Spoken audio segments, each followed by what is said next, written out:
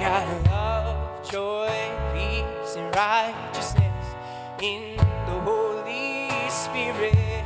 Whoa, yeah. Whoa, I got love, joy, peace, and righteousness in the Holy Spirit. Whoa, yeah. Whoa, I got love, joy, peace, and righteousness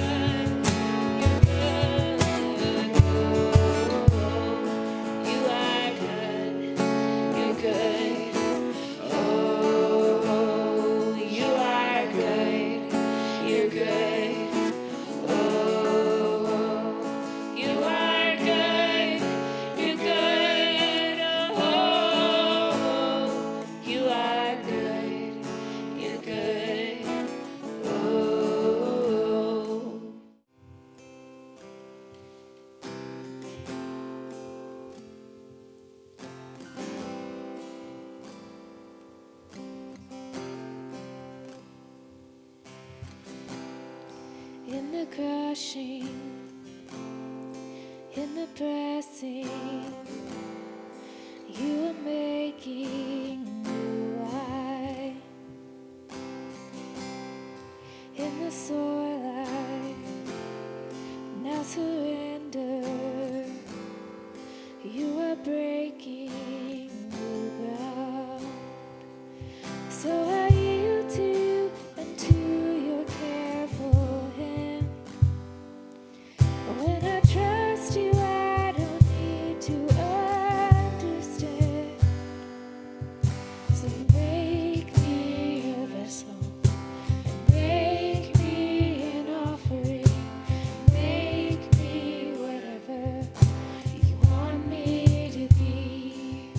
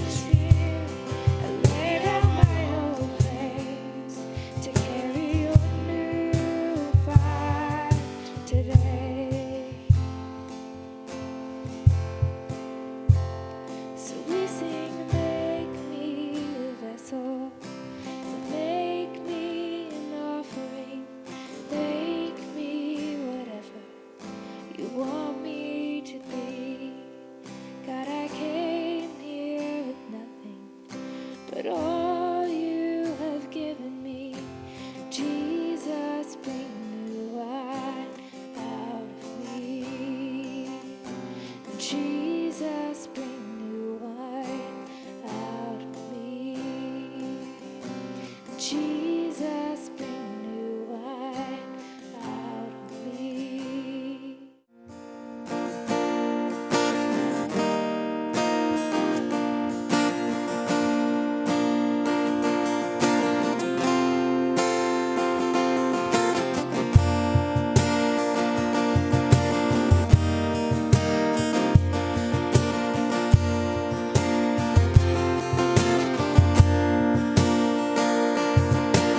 Amazing grace, how sweet the sound that saved a wretch like me. I once was lost, but now I'm found.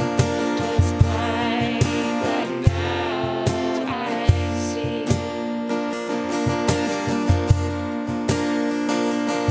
Twas grace that taught my heart to fear, and grace my fears relieved.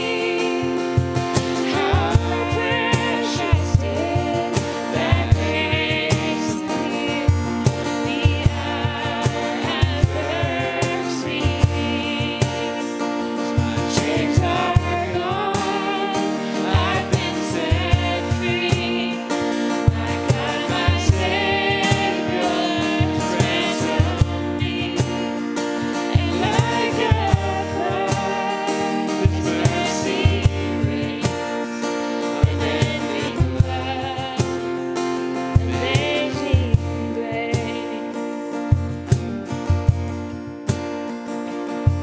Through many dangers, toils, and snares, I have already come.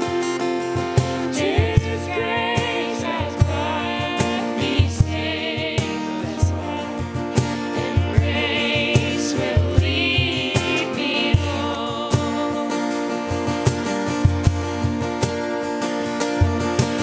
Deep and clear, 10,000 years, were shining as the sun. Leave no less days to see God's face than when we first begun. Chains are gone, I've been set free. My God, my Savior, has ransomed me. And like a flood, His mercy reigns, unending love, amazing grace. My chains are gone, I've been set free. My God, my Savior, has ransomed me. And like a flood, His mercy reigns, unending love, amazing grace.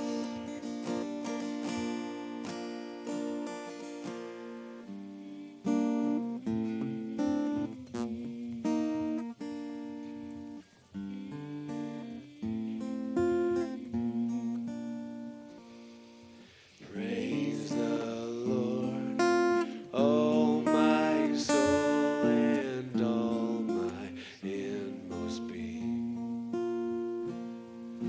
Praise the Lord, oh my soul, don't forget His love, who forgives all of your sins, and who heals all your diseases, who redeems your life from the pit, and who crowns you with His love.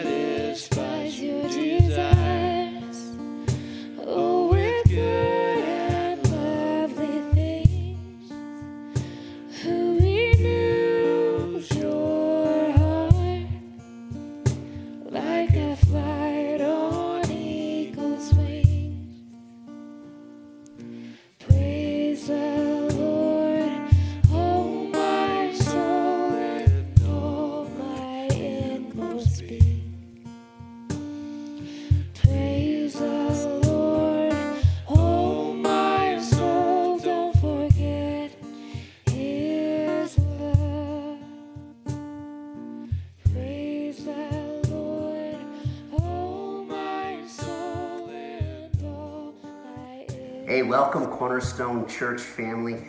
It is so good to be with you today. As we continue in an atmosphere of worship, we're just so honored that you would invite us into some sacred space, whether that's your home or in your car, or maybe you're out on a hike today, wherever you may be. Thank you for inviting us into that space. We consider it nothing short of an honor. As we continue an atmosphere of worship, there are a few things that I just want to bring to your attention. But the first one is this, more on a personal note. Thank you. Thank you for what you have showered upon me this month by way of celebrating 20 years of life together. Guys, I couldn't have been more honored to share life with so many amazing people. Truthfully, guys, you have allowed me to fail and get up and brush the dust off my backside, and together we've moved forward, and we've been a part as a family of so many amazing things. And honestly, I think we're just getting started. I think God's got so many more things in store for us. And so I just wanted to pause and tell you thank you. And guys, I couldn't be more honored and I couldn't be more privileged to share life with such amazing people, the staff, the elders, the deacons, all those who call Cornerstone your home. Guys, truly, thank you. And I'm looking forward, if you allow me, to put an exclamation point on this Sunday and sharing another 20 years with you. The stories we'll be able to tell. Amen? So thank you for that. A couple things that I want to bring to your attention by way of our church. First of all, kiddos, just remember 9:25, follow your Zoom link. We got some great things in store for you, some things that will speak more specific to your heart. A couple other things that I want to share today first is this. Guys, we are just moments away from being able to share life together in corporate worship. We have set a date of re-entry. That date is June 7th. Put that in your calendars, June 7th. We are in preparation of putting our corporate worship services together in Buena Vista and in Salida. We will be having a 9 a.m. service and a 6:30 p.m. service. In our Summit County campus, we will be having our normal 9 a.m. service, and in our Salida campus, we will be having our 6:30 p.m. service. So mark those dates and times. June 7th, re-entry of corporate worship. About a week before, we will send out an email and information and a video in regards to the very specific details outlining what re-entry is going to look like and what our respective counties allow us to do by coming together as a gathering. And so pay attention to that, but put on your calendars, get ready. We're going to celebrate time together. It might not be the full heart of Cornerstone Church. We're not probably going to be able to grab some necks or do some fist bumps, but we are definitely going to be able to, God willing, be in some time and space together. So put that on your calendar. June 7th, Buena Vista, Leadville, 9 a.m., 6:30 p.m., Summit County, 9 a.m., and Salida, 6:30 p.m. The final announcement that I have for you today is just a simple reminder as we continue in this journey of inventory. Guys, what does it look like for us to take inventory of our lives, our marriages, our friendships, the way we parent, the way we engage the workplace, the way we engage our communities, our own internal journeys? How do we take inventory of life today to rewrite normal? And then in the weeks to come, we're actually going to be interviewing people from each campus on what inventory looked like for them and how they were able to take inventory of their lives and rewrite normal. So amen. Let's get our hearts ready as Leslie brings the word as we continue this message on the Sermon on the Mount. I love you guys. We're this close. I can't wait to see you face to face soon. God bless. Hi, Cornerstone. It's good to be with you today from my back deck. I said a quick prayer, just pointing to it, that Clemson flag would blow ever so slightly so you could think about my Tigers the whole time I preach. I have had a fear lingering me over the last few weeks that college football is not going to happen this year. And I just want you to know I'm going to need you to be with me through that hard time if that does not happen. I'm going to preach today from Matthew chapter 5, verse 7, where Jesus said, "Blessed are the merciful, for they will be shown mercy." Blessed are the merciful, the people full of mercy, for they will be shown mercy. As I was thinking about the word mercy and about what mercy means in our life, I immediately thought back to high school soccer. And I was a defensive player for soccer. And the reason this isn't all defensive players, but this was me. I had zero skill, no skill.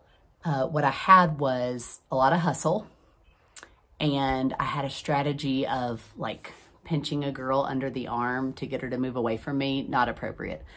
But like a pinch and twist of like the skin under your arm. That's so mean, isn't it? And I would do that to get them to move away from me so that I could get the ball. So I was not a great soccer player. Got a lot of yellow cards, and I think no red cards, just yellow cards. But I had no skill, wasn't great, but I did hustle, and I played tough. And I remember this one game where we were playing a really, really skilled team. They had a lot of skill, and we just couldn't do anything. And we got mercy ruled. Do you know what that is? Maybe in other sports you've had it too, but basically you're losing by 10 at halftime in high school soccer. Then you get mercy ruled, meaning you don't continue the game. And they say that they implement that so that it can lessen the humiliation of the team that's getting beat so bad. But it's not the best name for that, the mercy rule, because yes, it lessens the humiliation of them scoring another 10 goals on you or whatever. But what it doesn't do is lessen humiliation like when it happens. So, hey, you don't even get to play the whole game. You're losing so bad.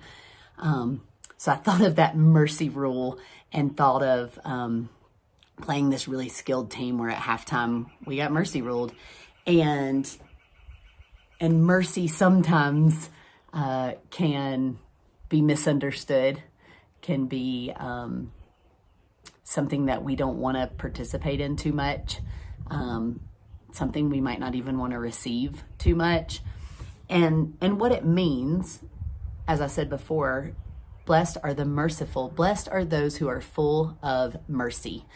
And in that, it's compassion, but it's compassion that moves us to action. So the blend of the feeling of compassion and then the action that it causes us to do to meet a need or to fix something or to relieve pain or misery or suffering from another person because of the compassion we have for their need, that is when it turns into mercy. When the feeling and the action come together, it becomes mercy. When we are being somebody who gives mercy out and who acts in mercy towards someone, the person that we're giving it to does not deserve it, or hasn't asked for it, and we give it anyway. And that's one of the beautiful characteristics of mercy. We were in our small group on Wednesday night, and we were asking a little bit about mercy, and somebody brought up the thought of like, what's the difference between grace and mercy? They kind of run together in my head sometimes. And the truth is that grace, this is what our small group came up with, and I think it's a great way to say it.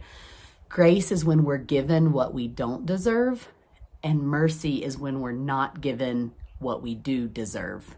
So we're relieved of the punishment or the pain or the suffering. Grace is when we are given what we don't deserve, and mercy is when we are not given what we do deserve. Who are we supposed to be merciful to? Who does mercy reach towards? Mercy is generous to people who have fallen, gentle to people who are weak, and gracious to people who have offended us. It flows to sinners, it flows to sufferers, and in turn to the whole world. So mercy is generous to the fallen, gentle to the weak, and gracious to those who have offended us. Here's something I want to get settled right away. You and I, both of us, all of us, are recipients of the incredible, wonderful, great mercy of our God. It says in Ephesians 2:4, it describes God as being rich in mercy. And the best part about that, about him being rich in mercy, is we know that our God, our Father, our King, is a king who does not withhold his riches, but gives them freely to all who are heirs of the kingdom. He gives mercy to us freely. He does not hoard his mercy. He gives it freely. And so we've received mercy in abundance, and we're in turn to dispense mercy in abundance. We should model and dispense mercy all the time. That should be a characteristic of us. In Micah 6:8, he says there's 3 things that the Lord requires of us that he calls good in us. And one of them is to love mercy. We're to act justly, love mercy, and walk humbly with our God.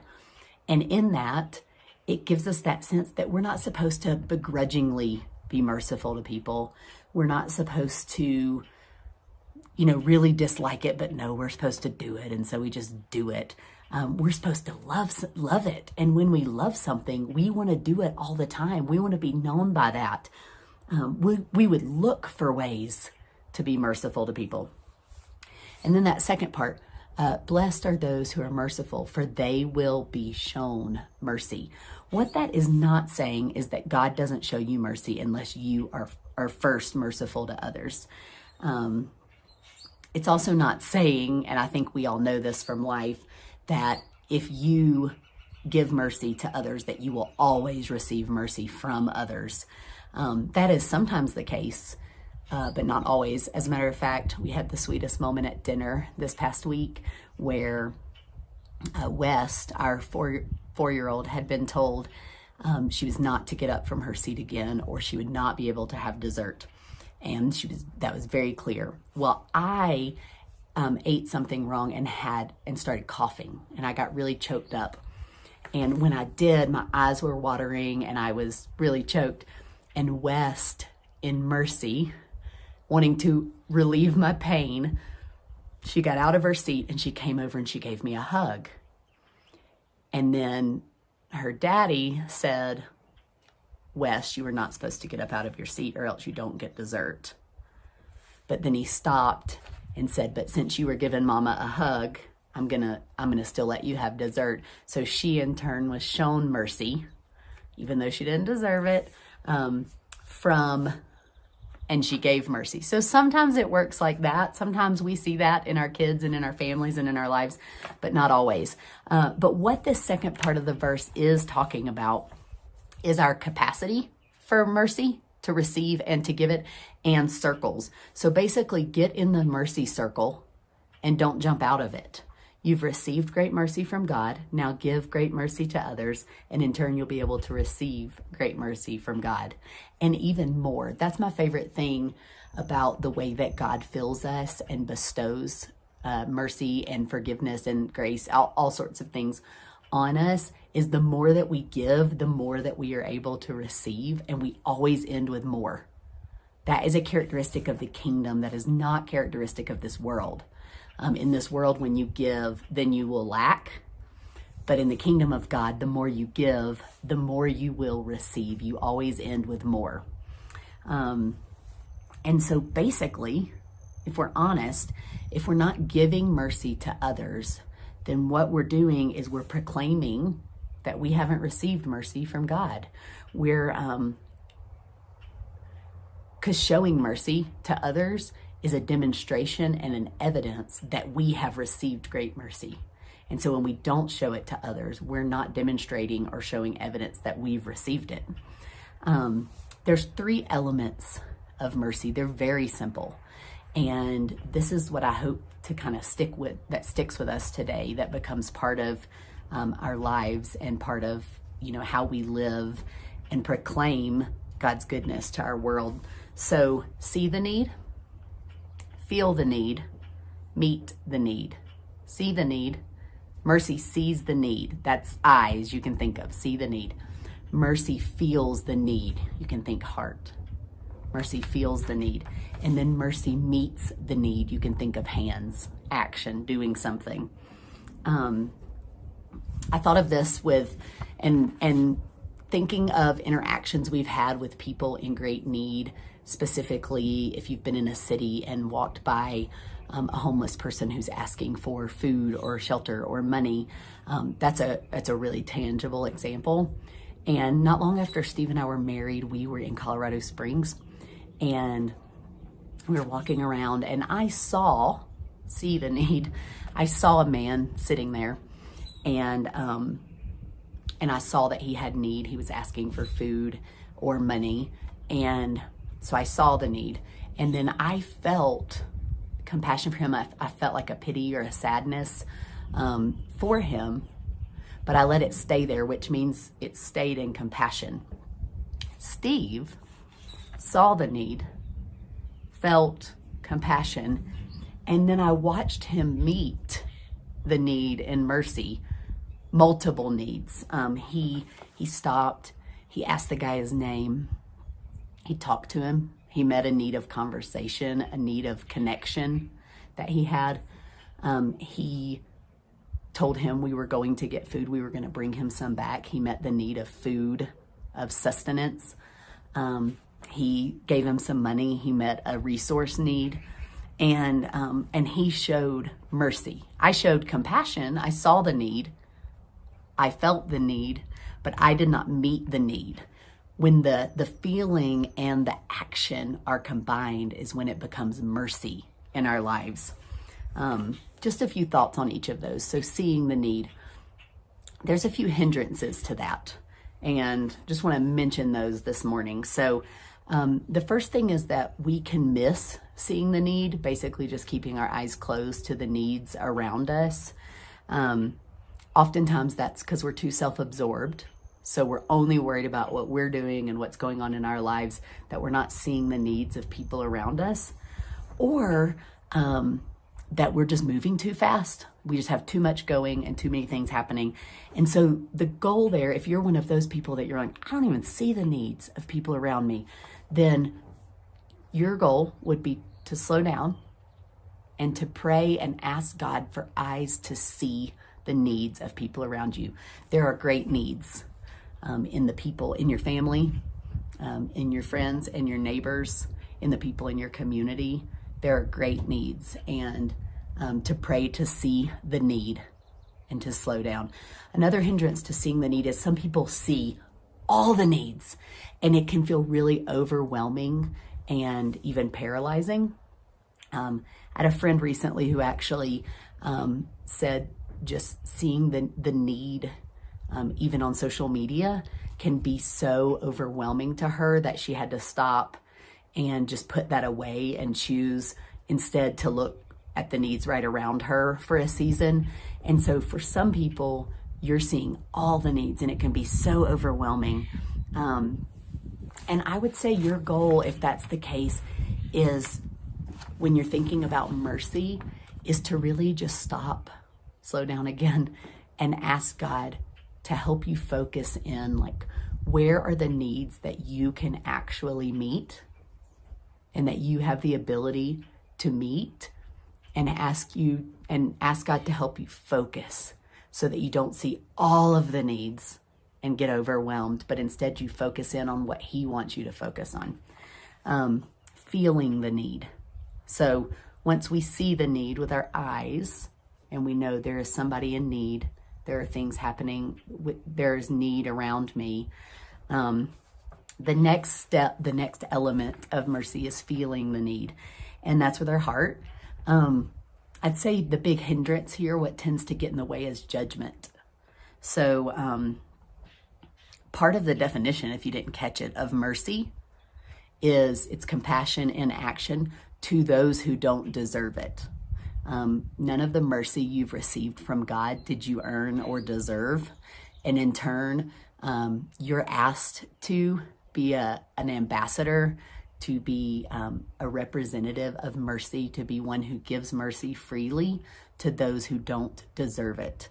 And so sometimes we can find ourselves judging whether somebody, well, maybe they put themselves in that situation that they're in, that suffering that they're in, that need that they have. And so I'm not gonna, they don't need to be helped. They won't learn. And so we tend to judge their situation, why they ended up there, how they're in that fallen state. James 2:13 says it this way: mercy triumphs over judgment. They do not coexist. They don't, mercy and judgment don't shake hands or give each other a hug when they see each other. They don't even socially distance well, but stay in the same room. They don't coexist. There's a battle and mercy wins. Mercy triumphs over judgment. And so when judgment is allowed in, there's no space for mercy. And so we want to choose mercy. One way to look at it is this: you will be able to think your way out of showing mercy to your neighbor. You will be able to think if you choose to think through the judgment and the reasoning and the logic. But if you allow yourself to feel the needs of those around you, you will choose mercy instead of judgment. So see the need and feel the need. And the last one is to meet the need. This is where the rubber hits the road. This is where it truly becomes mercy. When the compassion that you feel for somebody's need, for somebody's suffering, to alleviate somebody's pain, when that compassion is blended with action, it becomes mercy. Some hindrances to the action within mercy would be, as simple as fear. What if I've never done it? I don't know what I'm doing. What if they don't listen, take it? What if they don't even accept it? Some could be selfishness. I don't want to do that. Definitely could be judgment. They don't deserve it. Could be complacency. It's just not the way I've done it. I'm just not going to do it that way. Could even be laziness. I'm just not going to work that hard. But I want to give you just a few actions, a few ways you can show mercy to those around you, that you might become a merciful person. That might become a characteristic that describes you. One is just forgiving mercy. So the type of mercy where we offer forgiveness. Forgiveness, it doesn't have to be, they don't have to earn it. It's the choice. I'm not going to hold this against you anymore. I'm not going to hold this debt. That's a type of mercy. You're in pain or you're suffering, or I'm trying to hold you to that because I'm not offering forgiveness. So I'm going to choose instead, out of mercy, to offer you forgiveness. Another type of mercy that we could act upon is restoration mercy, the mercy of restoring those who have fallen. So what actions could we take to restore people? The Bible talks multiple times about, when you catch a brother or sister in sin, you are to restore them gently. You are, yes, to righteousness, and yes to saying we're better than this, but you are to do it in a way that is merciful, that is kind, that is gentle. Another type of mercy is simply the mercy of speaking mercy. And we should be people, as citizens of the kingdom, as children of the King, we should be people whose words ooze forgiveness and mercy and grace. I wanted to read to you from 1 Peter. He says it this way in verses 1 Peter 2, 9 and 10. But you are a chosen people, a royal priesthood, a holy nation, a people belonging to God, that you may declare the praises of him who called you out of darkness and into his wonderful light, that you might declare, speak out his praises. But wait, once you were not a people, but now you are a people of God. Once you had not received mercy, but now you have received mercy. Because of his great mercy for us, we are to be a people who in turn declare his goodness to those around us and offer mercy and grace and forgiveness to those around us. Another type of mercy that we can participate in action-wise is the mercy of giving. We give freely of our resources to meet the needs of those around us. And we do it with wisdom. and we practice good stewardship. But those who have been given and experienced the rich mercy of God are people who can give freely of their resources in merciful ways to help those around them who don't deserve it, who haven't necessarily asked for it. But out of the compassion that we see and feel, we in turn choose to act by giving freely. And the last one is this, a praying mercy, a mercy of prayers, specifically for those who don't know the Lord. That is a great way to offer mercy to those who don't know the Lord, praying that they would experience the great mercy that you have experienced from God. Let's be people who love mercy.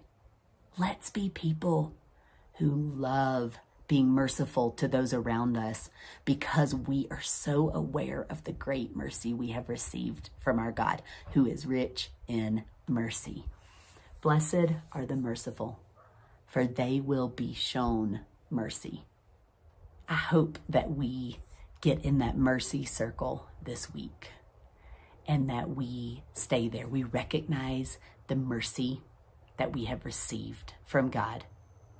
And then we give it out fully, and in turn we receive even more, and then we do it again and again and again.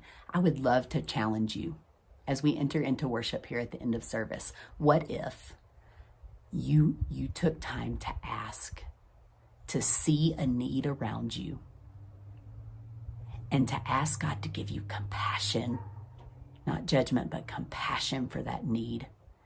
And then you asked and obeyed on how you can fill that need, that you can meet the need in mercy this week.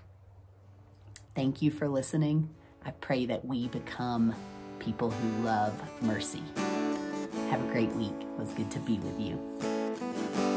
My life is yours, and my hope is in you only, and my heart you hold, 'cause you made this sinner holy and holy.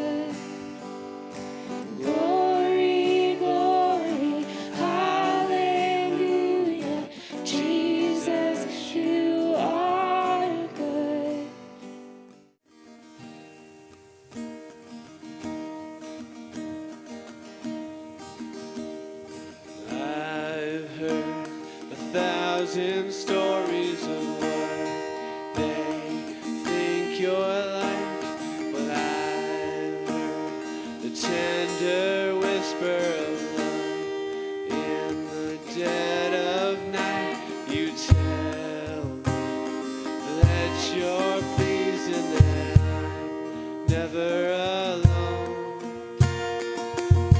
You're a good, good Father. It's who you are. It's who you are. It's who you are. And I'm loved by you. It's who I am. It's who I am. It's who I am. And I've seen many searching for answers far and wide, but I know we're all searching for answers. Only you provide, because you know just what we need before we say a word. Yes, you're a good, good Father. It's who you are. It's who you are. It's who you are. And I'm loved by you. It's who I am. It's who I am. It's who I am. You're a good, good Father. It's who you are. It's who you are. It's who you are. And I'm loved by you. It's who I am. It's who I am. It's who I am.